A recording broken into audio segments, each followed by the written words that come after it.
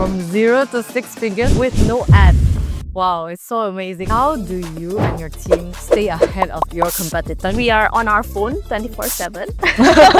The work that we do here matters and it will help improve your business. Is there an advice that you wish someone tell you? As business owner, you want to save costs, right? But actually, some costs really cannot save one.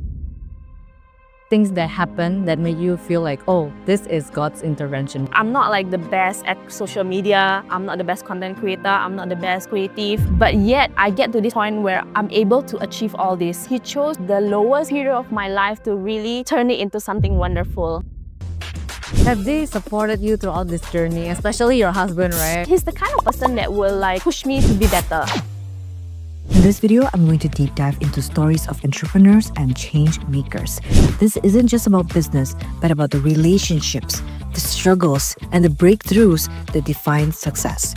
Navigate this journey with me and explore what it truly means to thrive, live fully, and love deeply. Let's go. Okay, for those who don't know, who are you and what are you building right now? Okay, my name is Grace. I'm a founder and creative director of a social media agency called Contenthearts Co. Yeah. And can you tell us what inspired you to create contenthearts? Okay, so it's not really what inspired me, but what happened in real life. So what happened was in July 2023, I got retrenched. Yeah. And actually that experience kind of changed the way I think and the way I view job security. So in order to have a longer career and be relevant for a longer time, I decided to start something by myself and on my own from scratch. Yeah, so hopefully I will be indispensable in my own company and be able to have a longer career. Yeah, So that's the initial part where you got retrenched and then you decided you want to build a business. But before that, you were working, right? Yes, I was working. You were contemplating whether you want to build a business.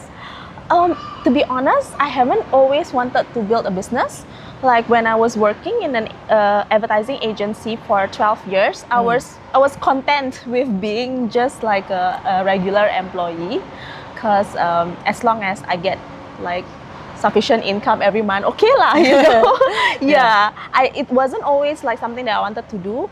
I would say that this is I was forced to do this, not because I wanted it all the way from the start. But were you ever like, have you ever had that thought of like, I want to go back to corporate? No. To be honest, yes, a few times, especially when times got hard and there are a lot of like problems in between. Then there are a few times I was thinking like, would it be more worth it to just go back to corporate and just enjoy getting salary instead of starting my own thing? The thought did come up a few times, but at the end of the day, after looking at everything, I realized that this is something that I truly enjoy doing, and the benefits, it's not just financial or monetary, it's also you're kind of leveling up as a business owner when you have your own business. That's how I feel. So what you mentioned, there's like challenges, right, throughout the business. Of course, every business there will be challenges. What are those like challenges that you face building this business?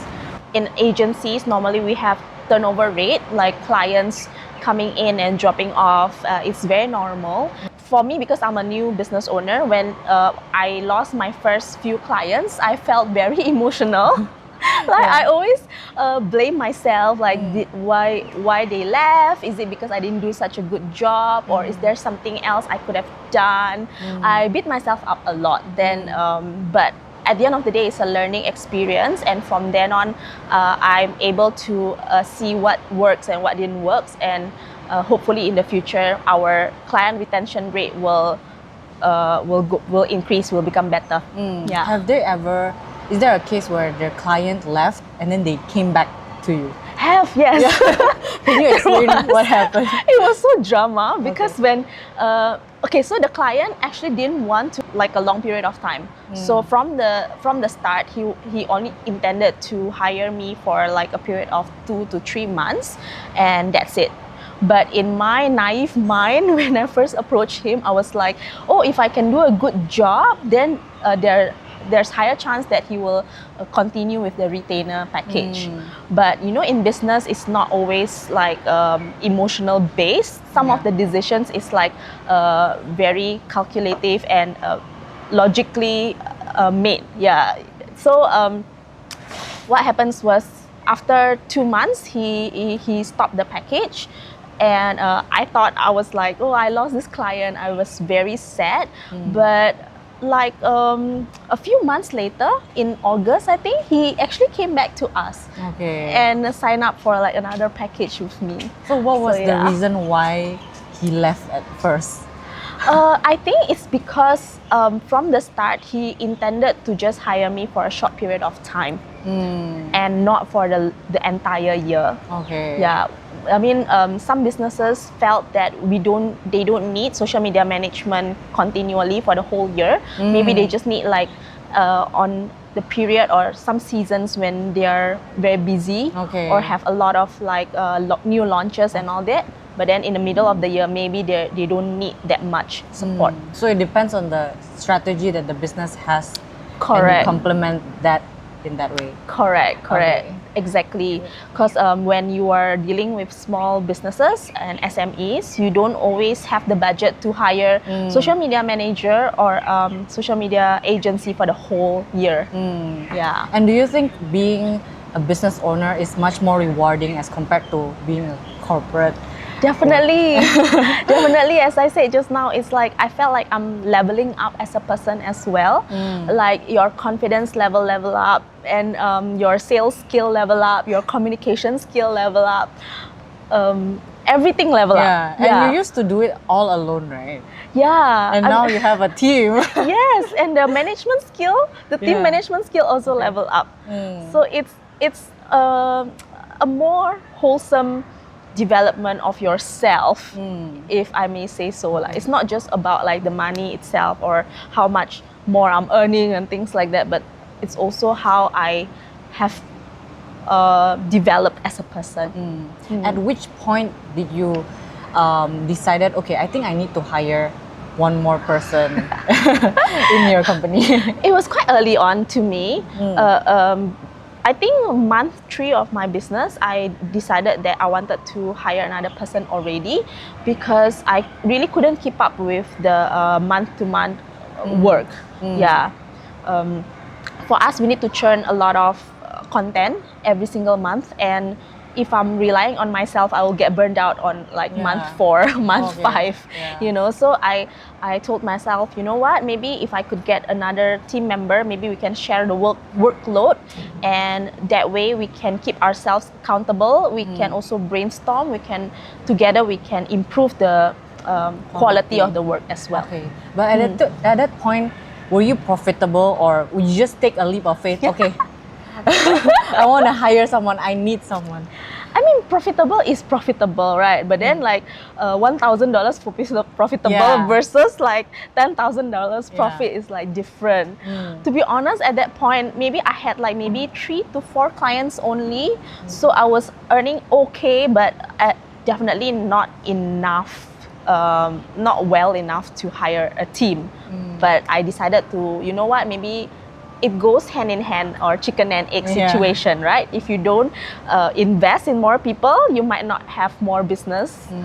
But if you invest in more people, then you have to share your earnings with them. So yeah, there's no right or wrong. But it's better to have a team for yourself. Yeah, for myself, yes, because I'm someone who thrives in a collaborative environment. So I always prefer working with other people as compared to working on my own. Yeah, so and then I feel that I'm a good manager, and I love like training the team and helping grow the team together, that kind of thing. So and you're in the social media landscape, so everything moves very fast, right? Yeah. How do you and your team stay ahead of your competitors? Basically, we are on our phone 24/7. Me and my social media lead always send each other reels, videos, TikToks until very, very late at night.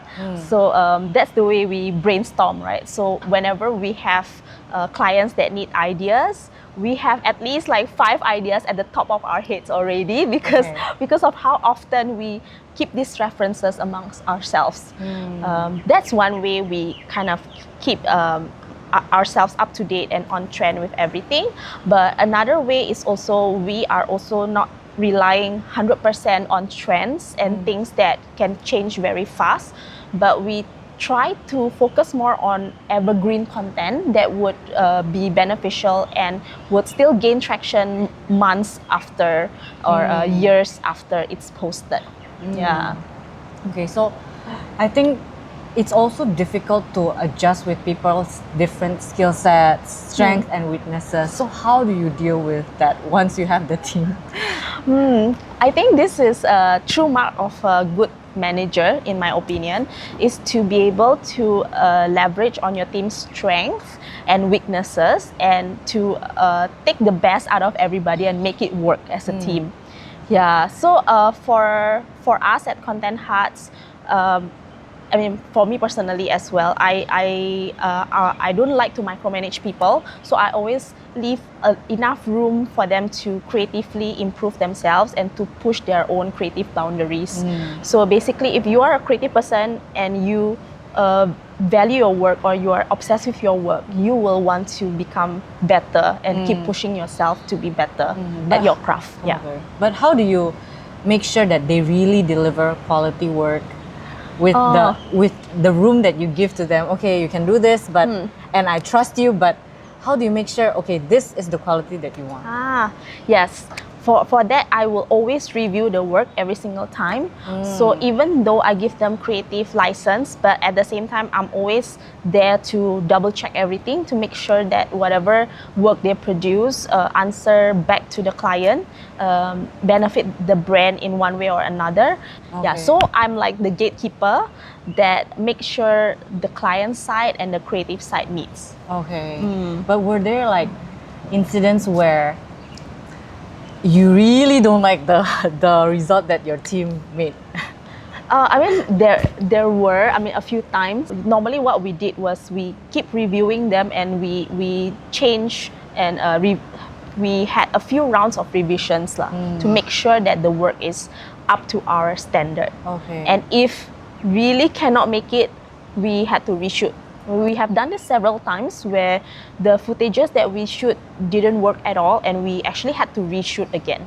And we did all that on our own account because we wanted to do good work for the client. Okay, at no charge yeah? And no charge. We didn't even tell the client we made this mistake, but okay, let's just reshoot again because we have certain standards that we want to meet every single time and I feel the work has to be at least at that standard. And have you ever sack someone out? Yeah. And what was the reason?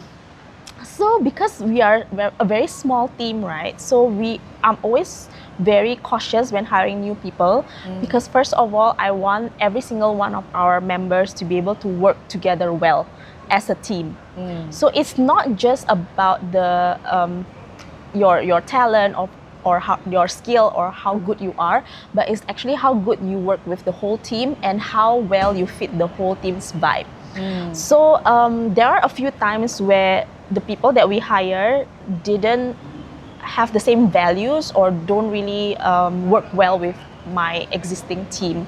So I made the executive decision to not let them continue because I also can't afford to keep hiring someone who don't contribute to the team. Yeah.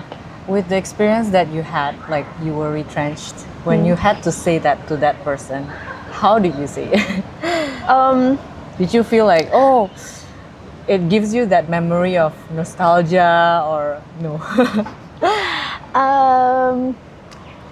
Yes and no. I mean, for me, from the very start, I already told my new hires that okay, we will start in a freelance basis first. Okay. So this is my way of testing the ground testing the water to see whether they can work with team well or not. So and I always make decision very fast. So about month 1 or month 2 of working together, if I feel they cannot fit the whole team, I will just tell them point blank, frankly. Yeah. Okay. So, but it's still in freelance basis. Yeah, but there's at that point of time they were still in freelance basis. So in a way, I didn't really promise them that you will be full time yet. I would say you will be full time if you can work well with the team. And I've got my standards here is whether you can meet them or not. Yeah. And in Content Hearts, what's the structure like? So you are the creative director and the founder, and you have someone under you. So I have someone who is my social media lead, who is like my right hand woman. Okay. So she's the one who handle like most of the day-to-day work, making sure the deliverables are all met, and then she also helped me manage the clients and manage the schedules and all that. And then after that we have a content producer / videographer, the one that is in charge of taking the videos and be the camera person, working the different equipments and all that. Yeah. And actually the core team is just 3 of us, and then after that I have a few interns to help out with the editing. Sometimes it can be the talent as well, or design work that we might need. Okay. And how do you determine that this social media lead is capable of doing your right hand task? She proved herself from the first time she worked together with me. So she also started out like as a freelancer first, and then she proved herself that she is good enough to be like a permanent member of my team. So she became a social media manager to manage several brands, and from working with her a few months I realized that she's got that entrepreneurial spirit that I'm looking for, and she is capable enough to actually lead a team.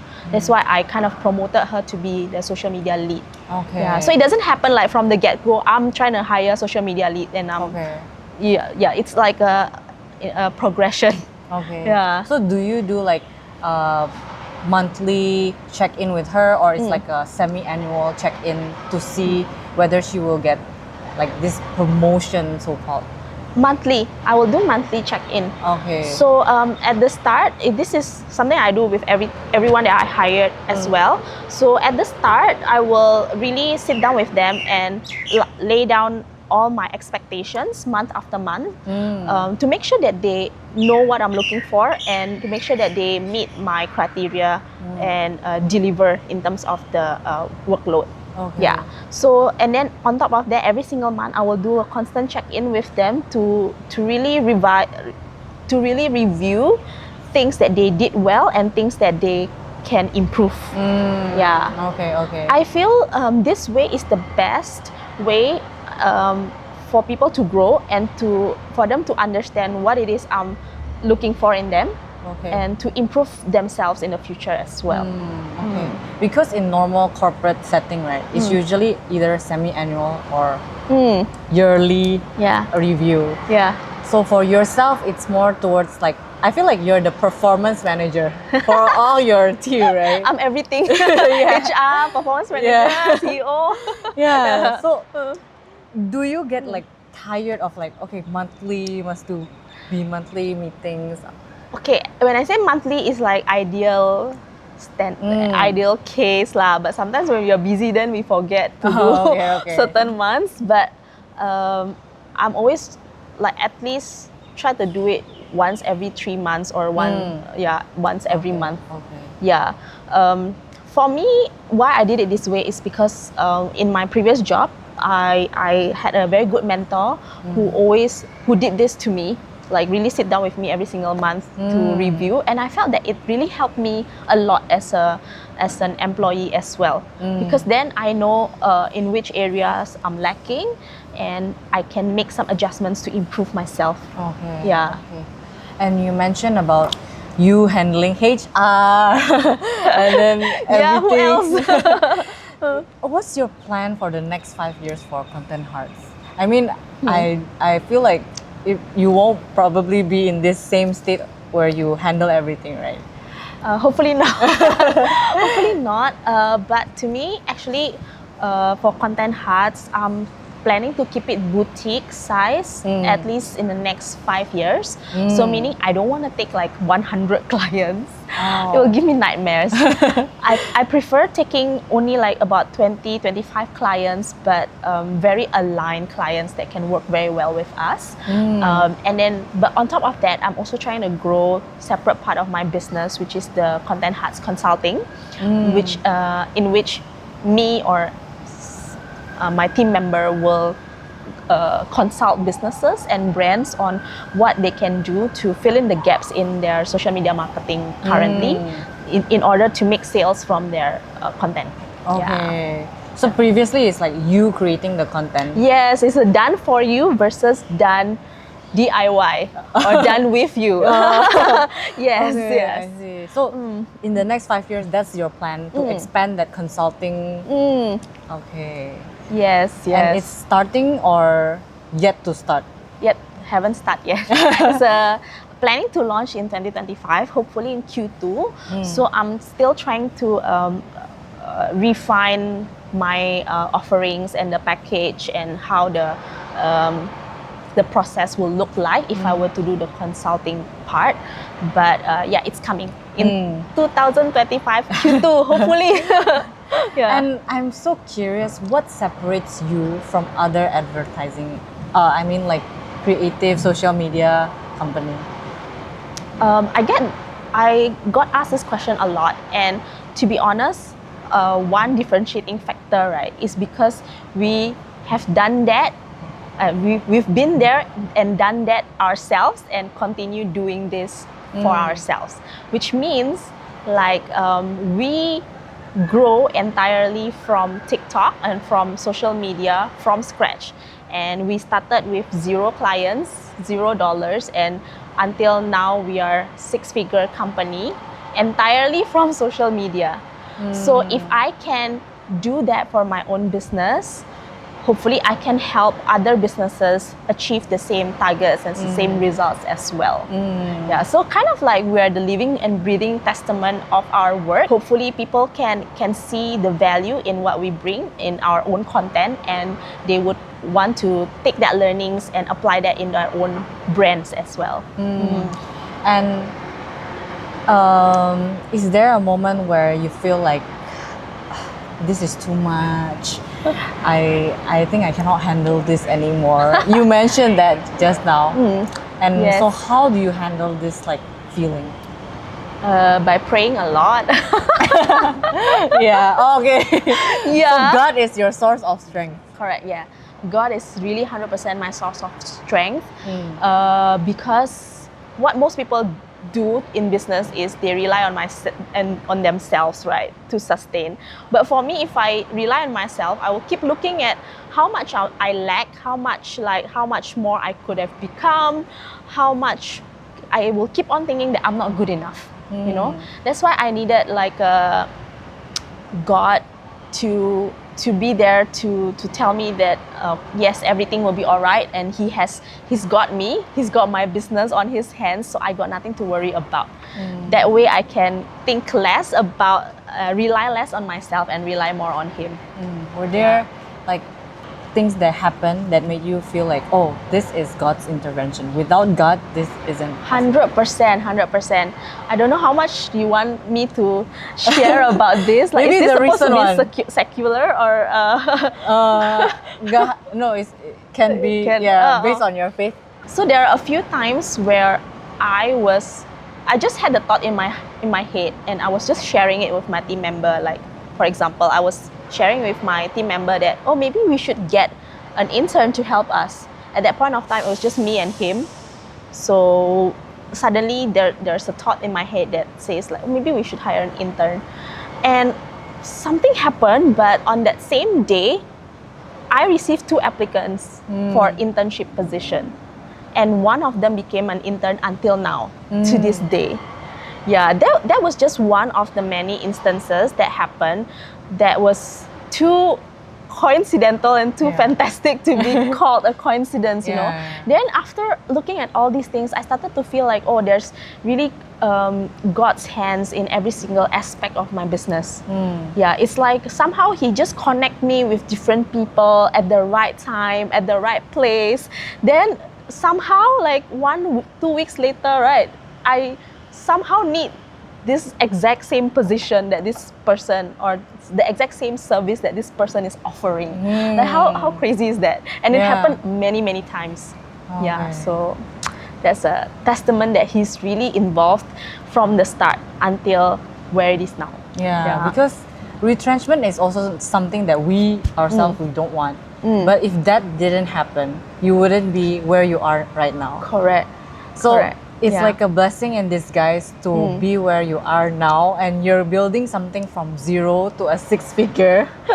Yeah. Do you ever feel like, I think this is not real? Constantly, all the time.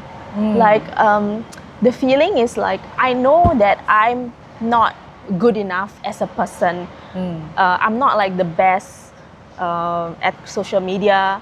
I'm not the best content creator. I'm not the best creative. But yet I get to this point where I'm able to achieve all this. And if I look through and look back, right, I really see God's hands in every single part of my business and why it can become how it is now. Yeah, from every single people I met, to every single interaction, to just how He just gave His favor towards me. Like, I can talk to business owners, I can meet them, but I can't make them like me, right? Yeah. I can't make them want to hire me or hire my business. And the fact that I did that is really a testament that there's a higher power at play. Yeah. And I really believe in God's power in our lives as well, because last time I also was finding a scholarship for my own secondary school, and I feel like God's hand is always there, because I'm not supposed to get the scholarship. Oh, okay. But it turns out that I was in this CCA that helped me get this scholarship. Oh, without you knowing. Without me knowing. Oh, wow. So I feel like God is always behind the scenes doing things that we feel like we can get it ourselves. Yeah. But it turns out actually it's not by our might, but it's because of God's favor and God's like all-knowing power in our lives. Definitely, 100%. And I always think that He chose in my life, He chose the lowest period of my life to really turn it into something wonderful. And apart from God, you have 2 kids and you have husband. Yes. Have they supported you throughout this journey, especially your husband, right? Yeah. Like, you have 2 kids, you're a working mom. Yeah. How did they support you through this journey? Yeah, 100%. I think like my husband has been very supportive throughout everything. So from the start, he's the one that was encouraging me to pursue this, because he knows that I value my career and I always want to be a career woman. I'm not the type that would stay at home. So he realized that from the start, and he didn't have any expectation in me as a wife or as a mother. And I think that no expectation part is the sort of my fuel to become better in all aspects of my life. Yeah, not just on my career, but as well as a mother and as a wife as well. I just want to be the best version of myself for my family. Yeah. And he doesn't expect you to, if you are working too hard in your business, you should stop. No. No, he's the kind of person that will like push me to be better. Yeah, he will tell me that, okay, you should persevere because it's something that you have chosen to do by myself. So I have to persevere and see it through. And I think this is more important than having someone who like, it's okay, you can just rest, you can just be a housewife, I will support you. No. Tough love for me. Tough love only. Yeah. Because it's quite a journey for you to be in Singapore as well, right? Maybe you can share what was life before your corporate job as well to the audience. Okay, I mean, when I was 14, I tried my luck and applied for a scholarship to a Singapore-based school. Yeah, so the school was Methodist Girls' School.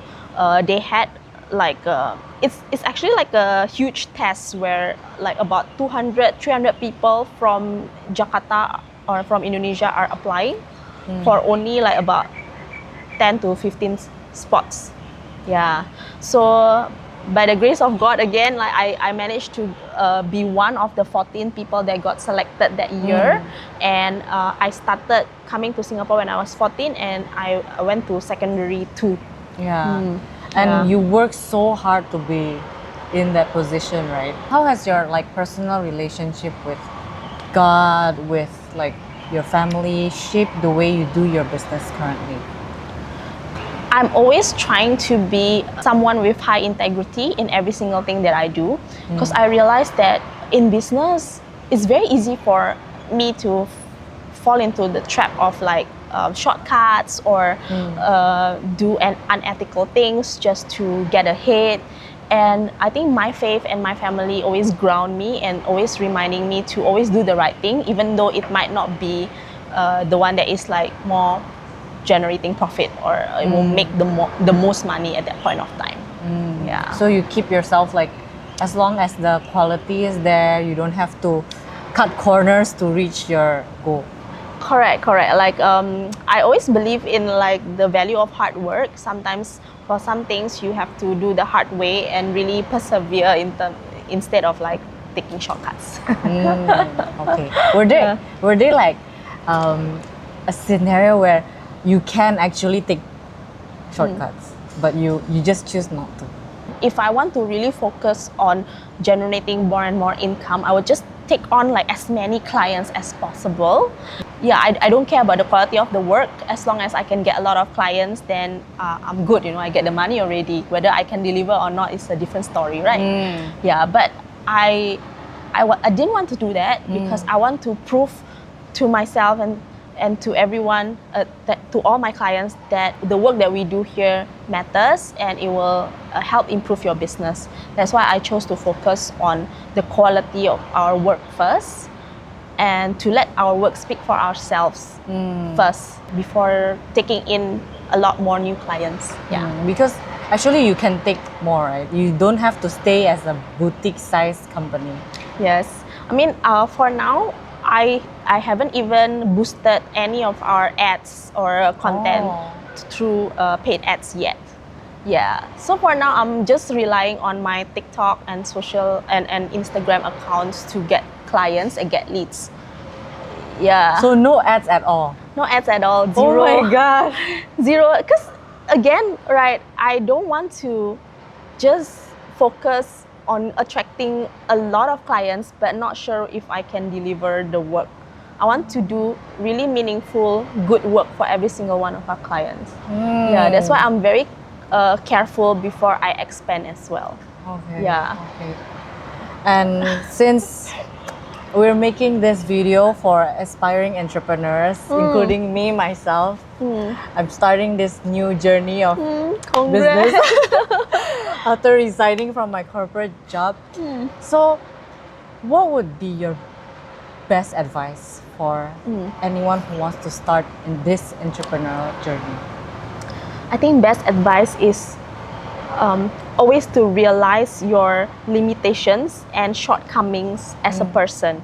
So first you need to understand yourself and realize all your shortcomings early on in your business. And to be able to seek professional help, whether it's from a business coach, agency, or even other more successful business owners, in order to propel yourself to the next level. Yeah, don't try to do everything yourself because you're not supposed to. Like nobody can be perfect in all areas of your career, right? Like you can be very good in one thing, but you can totally suck at like admin or other parts of the business, and that's okay. So your job as a CEO is to figure out which things you are like a genius at, and really double down on that, and then try to outsource the rest to professionals. Paid professionals are not like free ones. Paid professionals, in order to free yourself up to do the things that you are best at. I do believe that is the thing that helped me propel my business early on. From 0 to 6 figures with no ads. Wow, it's so amazing. And getting that advice is like an eye-opener for me as well. because I feel like, oh, I think I have to do everything first myself so that I can be very hands-on. But you saying this, then I feel like it's a time for me to reflect, okay, which areas am I not good at, and actually seek advice from people who are really good at that. Correct. I think that's a very common mistake as well. As business owner, you want to save costs, right? But actually, some costs really cannot save one. And at what expense are you saving that cost? At the expense of your own mental health, at the expense of your own time. Think of it like, if you spend your time like doing revenue generating activities other than doing all the menial tasks, you are able to earn more for your business. So I think this could be beneficial for new business owners. And is there an advice that you wish someone tell you At the start, yeah. for me, it's okay to say no for things that I'm not aligned with. So a lot of the times, because I'm excited to get new clients, I chose to just accept businesses or industries that are not very aligned with us. And I realized that was a wrong move. So instead of accepting and saying yes to everybody, I should just be more focused and stand my ground and really choose the kind of businesses that are really aligned with us, and the businesses that we truly care about. Thank you for your advice. No worries. I hope it's useful. Thank you for your time being in this podcast today. We definitely learned a lot, and we wish you good luck. If anyone wants to support your business, where can they find you? So you can find us at TikTok at contenthearts.